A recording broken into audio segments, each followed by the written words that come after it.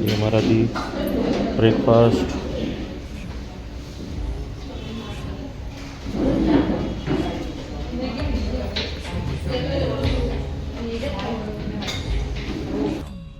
जी देखिए जी, हम भारतारी जी की गुफा में प्रवेश करते हुए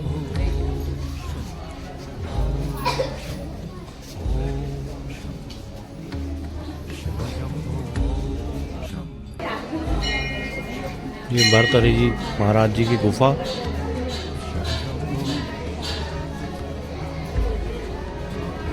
जो भारतारी जी थे वो उज्जैन के उस टाइम के राजकाल के अंदर भी उन्होंने राज किया, और उसके बाद जब उनकी वाइफ पिंगला ने उनको धोखा दिया तो उसके बाद वो सन्यासी हो गए। संस्कृत के काफ़ी महान लेखक ये रहे हैं।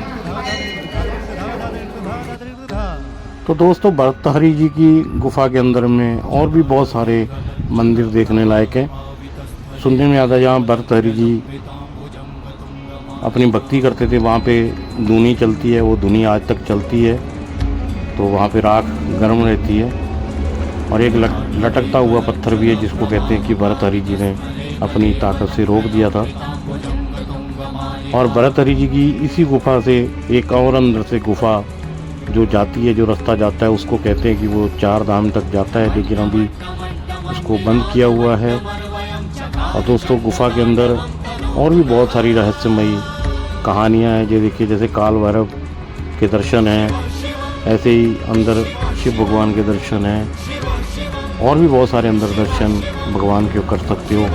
और अंदर सीढ़ियाँ हैं, सीढ़ियों से जा कर के फिर आपको अंदर छोटी सी गुफा में नीचे जाना पड़ता है। लगभग एक टाइम में 5 लोग अंदर जा सकते हैं, जो उनका तप स्थान है। तो तप स्थान के अंदर ये देखो, बहुत छोटी गुफा है, और भी बहुत सारे रहस्य इससे जुड़े हुए हैं। और बताया जाता है कि जहाँ पे भर्तृहरि जी ने तपस्या की, और बहुत सारी चीज़ें जो शक्तियाँ थी वो यहाँ पे उन्होंने दिखाई हैं। ये भर्तृहरि जी के अंदर की गुफा, ये काली माता, उनके दर्शन, और ऐसी अंदर गुफा के अंदर और अंदर डीपली जाना पड़ता है, जो कि ये देखिए यहाँ से बहुत तंग हो जाती है गुफा, और लाइन भी लगती है यहाँ। तो दोस्तों, हम आ जाते हैं फिर भर्तृहरि गुफा के बाद माँ गढ़कालिका उज्जैन मंदिर में।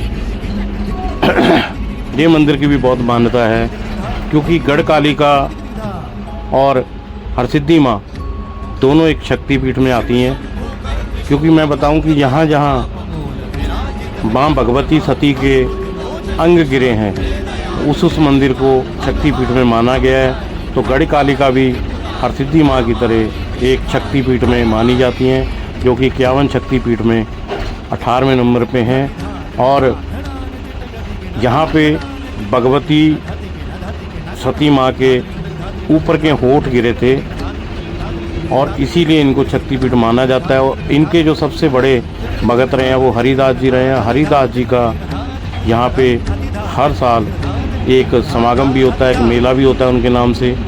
और जो यहाँ की शक्तियाँ मानी जाती हैं वो अवंती और काल भैरव की मानी जाती हैं। और सुनने में आता है या लिखने में आता है, पढ़ने में आता है कि काल भैरव का मुद्रापान करने का स्थान भी ये था। और यहाँ पे हर मान्यता पूरी होती है, माँ के भव्य दर्शन होते हैं। तो उज्जैन में अगर आप आएँ तो ये गढ़कालिका दर्शन ज़रूर करें। ये बिल्कुल उज्जैन के सिटी के अंदर ही है। उज्जैन से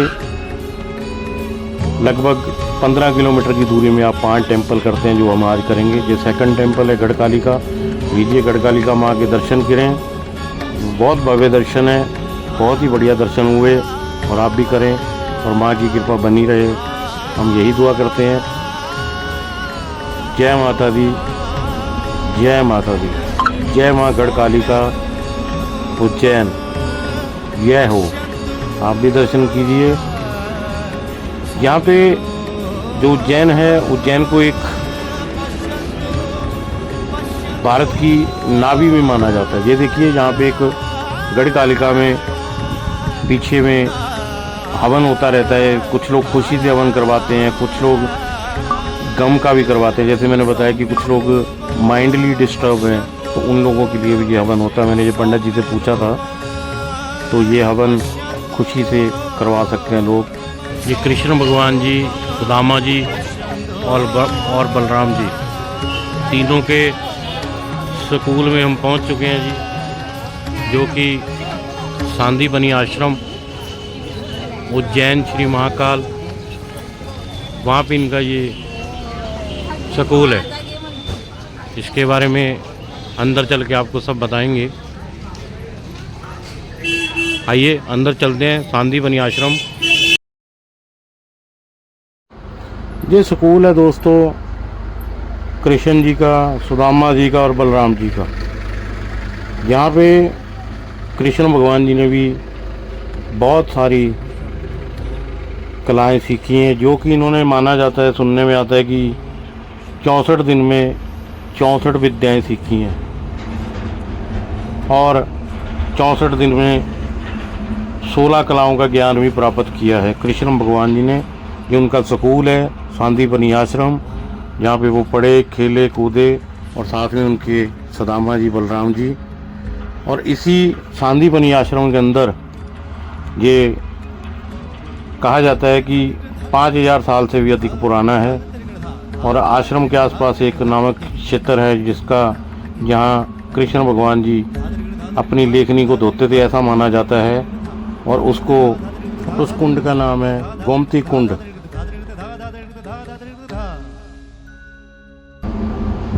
और जहाँ कृष्ण भगवान जी जब पढ़ते थे, तो कहा जाता है कि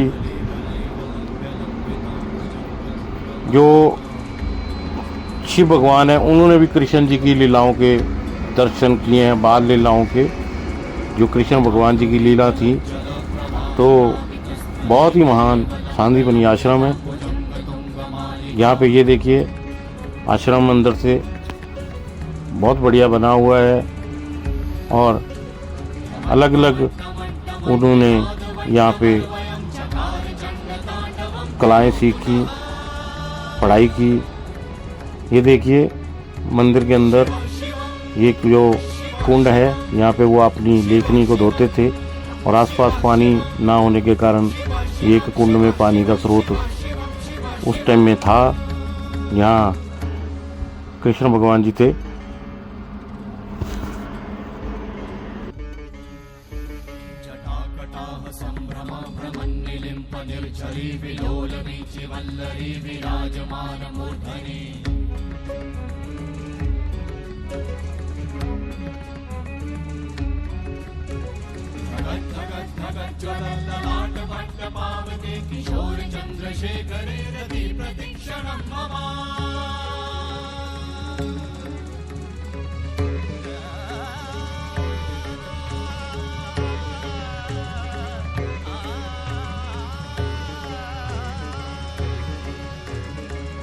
तो यही है दोस्तों वो गोमती कुंड, यहाँ पे कृष्ण भगवान जी अपनी लेखनी को धोते थे। गोमती कुंड उज्जैन सांदीपनी आश्रम के अंदर। ये देखिए, ये पूरा गोमती कुंड है। उस टाइम पानी का भी इतना कोई स्रोत नहीं होता था, तो ये एक पानी का जरिया भी था, यहाँ पे वो स्नान करते थे। हेलो शुभम, ये हमारा शुभम बहुत ही प्यारा बच्चा है। देखो, ये हमारे साथ साथ ही है, 8 दिन के टूर पे। बहुत क्रेजी है वीडियो के लिए।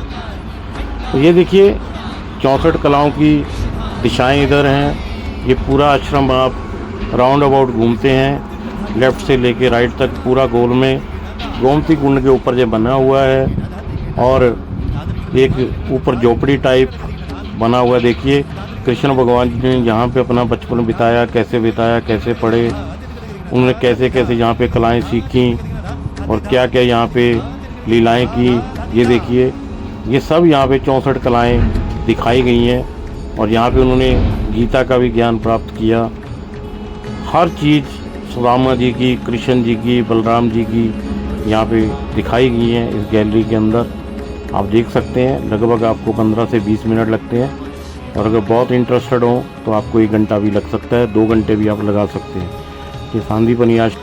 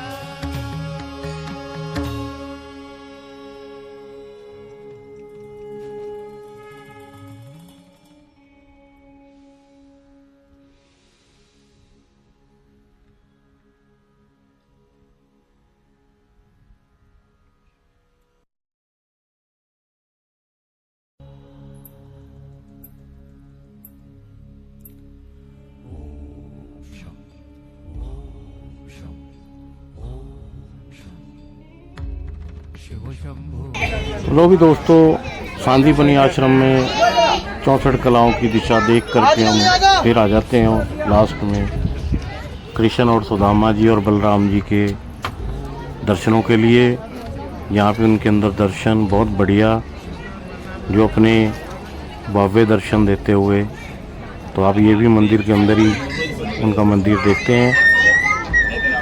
ये देखिए अंदर कृष्ण जी, सुदामा, बलराम जी, दर्शन कीजिए।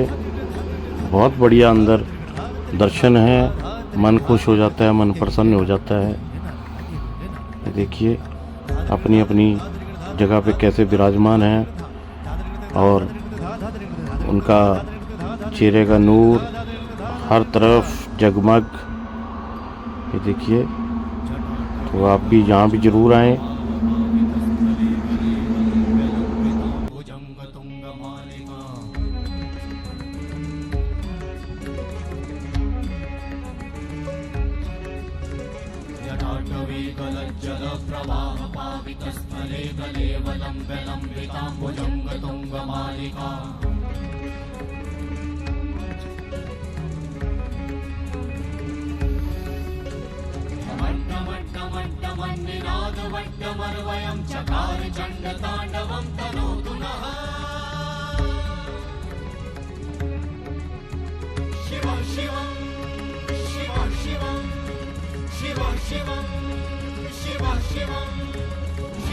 ये देखिए दोस्तों, ये सांदीपनी आश्रम के अंदर ही श्री कृष्णा पाठशाला, इनके दर्शन है। अंदर कैमरा ज़्यादा अलाउ नहीं करते हैं, मैं फिर भी थोड़ा सा आपको दिखाऊंगा कि यहाँ पे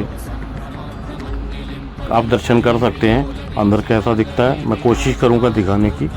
ये कृष्ण भगवान जी की पाठशाला है, यहाँ वो उस टाइम पे पढ़ते थे और कलाएं सीखते थे। ये देखिए हज़ारों साल पुरानी ये पाठशाला। और फिर हम चले जाते हैं दोस्तों यहाँ से मंगलनाथ जी, जो कि मंगलनाथ जी के दर्शन भी बहुत ज़रूरी हैं। कहते हैं कि जिन पे मंगल ग्रह होता है, आप जानते होंगे। तो मंगलनाथ जी के टेंपल चलेंगे अब। तो दोस्तों ये आ जाते हैं हम मंगलनाथ टेंपल, जो कि उज्जैन के अंदर है। इसकी भी बहुत पुरानी कथाएं जुड़ी हुई हैं और मंगल ग्रह का कहते हैं कि जन्म यहीं से हुआ है। एक बार एक राक्षस था अंधकासुर के नाम से, जिसने कठिन तपस्या करके शिव भगवान से वरदान मांगा कि मैं शक्तिशाली हो जाऊं। तो उसको वरदान के मुताबिक शिव भगवान ने वरदान दिया कि तुम्हारे से बहुत ही हजारों दैत्य पैदा होंगे, तेरे जैसे राक्षस पैदा होंगे। वरदान के मुताबिक उसकी रक्त की बूंदों से सैकड़े दैत्य पैदा होंगे, ये वरदान दिया गया था। इसके बाद उसने एक अंधकासुर ने यहाँ पे आतंक मचा दिया अपनी शक्तियों का, और उससे लोगों को बहुत खतरा हुआ। फिर उसके बाद में शिव भगवान जी ने, जब लोगों ने मदद मांगी तो शिव भगवान ने उसके साथ में युद्ध किया। और युद्ध करने के बाद जब यहाँ पे भगवान शिव ने अंधकासुर से युद्ध किया, तो उसके बाद उनकी लड़ते लड़ते पसीना आया, पसीने की बूंदें गिरी पृथ्वी पे। बूंदें गिरने के बाद उस बूंदों से गर्मी पैदा हुई और धरती फट गई, ये माना जाता है। और धरती फटने के बाद यहाँ से दरार आई धरती के अंदर, और दरार आने से ही मंगल देव का जन्म हुआ। तो मंगल देव ने अंधकासुर के शरीर से निकलते हुए खून से अपने आप अंदर में सोख लिया और राक्षस को मार दिया। इसके बाद मंगल ग्रह का जो माना जाता है कि इस मंदिर में मंगल का दोष जो होता है उसका निवारण होता है, जिसके लिए पूजा होती है। जैसे कि हम किसी को कहते हैं ना कि तेरा मंगल भारी है, तो उसको अपने शरीर से उतारने के लिए यहाँ पे पूजा होती है। तो ये मंगल देव जी का टेंपल, मंगलनाथ जी, ये देखिए भव्य दर्शन जो कि आप कर सकते हैं यहाँ पे, और आप दर्शन करके धन्य हो जाएंगे। ये मंगलनाथ जी टेंपल उज्जैन, ये देखिए अंदर के दर्शन। यहाँ लगभग आपको आधा घंटा लग जाता है, लेकिन बहुत बढ़िया दर्शन होते हैं। ये देखिए अंदर एक जगह पे धूना भी चलता है, जहाँ आप धूना ले सकते हैं और आपके कष्ट दूर हो सकते हैं, आपका मंगल ग्रह दूर हो सकता है, आप उससे छुटकारा पा सकते हैं। इसीलिए जहाँ कहते हैं कि इसकी धरती भी लाल है। और उज्जैन को अपने शरीर की अनुसार भारत की नाभि माना जाता है। उज्जैन जो है उसको भारत की नाभि माना जाता है और कर्क रेखा भी यहीं से गुजरती है। जो कर्क रेखा गुजरती है वो उज्जैन से गुजरती है। तो आओ दोस्तों, उसके बाद ये हम आ जाते हैं काल भैरव। महाकाल के दर्शनों के लिए काल भैरव हम आ जाते हैं और महाकाल के दर्शन आपको यहाँ भी कराएंगे काल भैरव के। ये देखिए लोगों ने कितने धागे बांधे हुए हैं, कितनी मान्यता लोग मानते हैं और कितनी पब्लिक आती है। काल भैरव के दर्शनों के लिए आपको 2 से 3 घंटे ज़रूर लगते हैं और जब भी आएँ 2 से 3 घंटे लेके आएँ।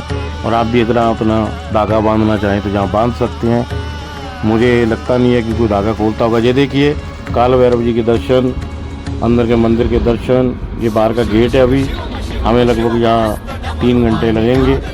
तो आगे के आगे आपको मंदिर भी दिखाते हैं। तो चलो आइए चलते हैं अंदर काल भैरव के दर्शनों के लिए।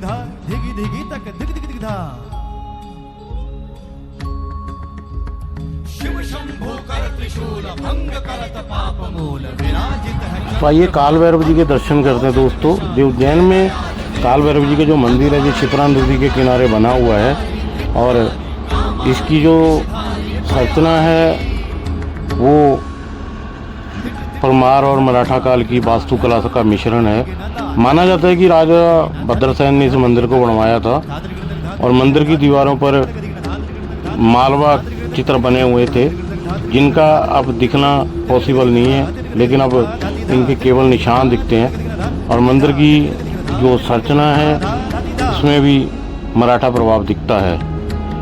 मंदिर का जीर्णोद्वार जो है मराठा की जो सेनापति थे, उन्होंने वो सेनापति महाद जी के नाम से थे, उन्होंने करवाया था। इस मंदिर में जब भी आप जाते हैं तो आप शराब उसका प्रसाद चढ़ा सकते हैं। काफ़ी श्रद्धालु लेके भी जाते हैं और ये लगभग जो धार्मिक और तांत्रिक परंपराएं होती हैं ना, उनका संगम भी है। इस मंदिर में भगवान काल भैरव की मदिरा पानी, दारू, वाइन वो चढ़ती है, उसका आप भोग लगा सकते हैं। काफ़ी लोग लगाते हैं, आप भी लगा सकते हैं। और जो काल भैरव है, इनको शिव भगवान का रुद्र अवतार भी माना जाता है, क्योंकि बाबा भैरव की जो आराधना करने से शत्रुओं के संकट से मुक्ति मिलती है और ये शिव का रूप भी माना जाता है। जब भी आप आएँ काल भैरव ज़रूर दर्शन करें। और काल भैरव में एक चीज़ का ज़रूर ध्यान रखिएगा कि यहाँ आपको 2 से 3 घंटा लग जाता है और 2 से 3 घंटे लगते हैं। देखिए भीड़ खचाखच भरी हुई है, काफ़ी भीड़ रहती है, धक्का मुक्की काफ़ी रहती है, लेकिन दर्शन ज़रूर होते हैं। हमारे दर्शन मुझे नहीं लगता कि ज़्यादा बढ़िया हो पाएंगे, लेकिन जितने हैं आपके सामने हैं ये देखिए। और भीड़ बहुत ज़्यादा है, बस जितने दर्शन है इतने ही कर सकते हैं, क्योंकि भीड़ के अकॉर्डिंग और मंदिर बंद होने का टाइम हो जाता है शाम को। तो दोस्तों चलते हैं नेक्स्ट ब्लॉग के लिए, जो कि देवास पांडु इंदौर। तब तक के लिए बने रहिए। Thanks for watching my channel. Subscribe please. Thank you very much. मिलते हैं नेक्स्ट ब्लॉग में।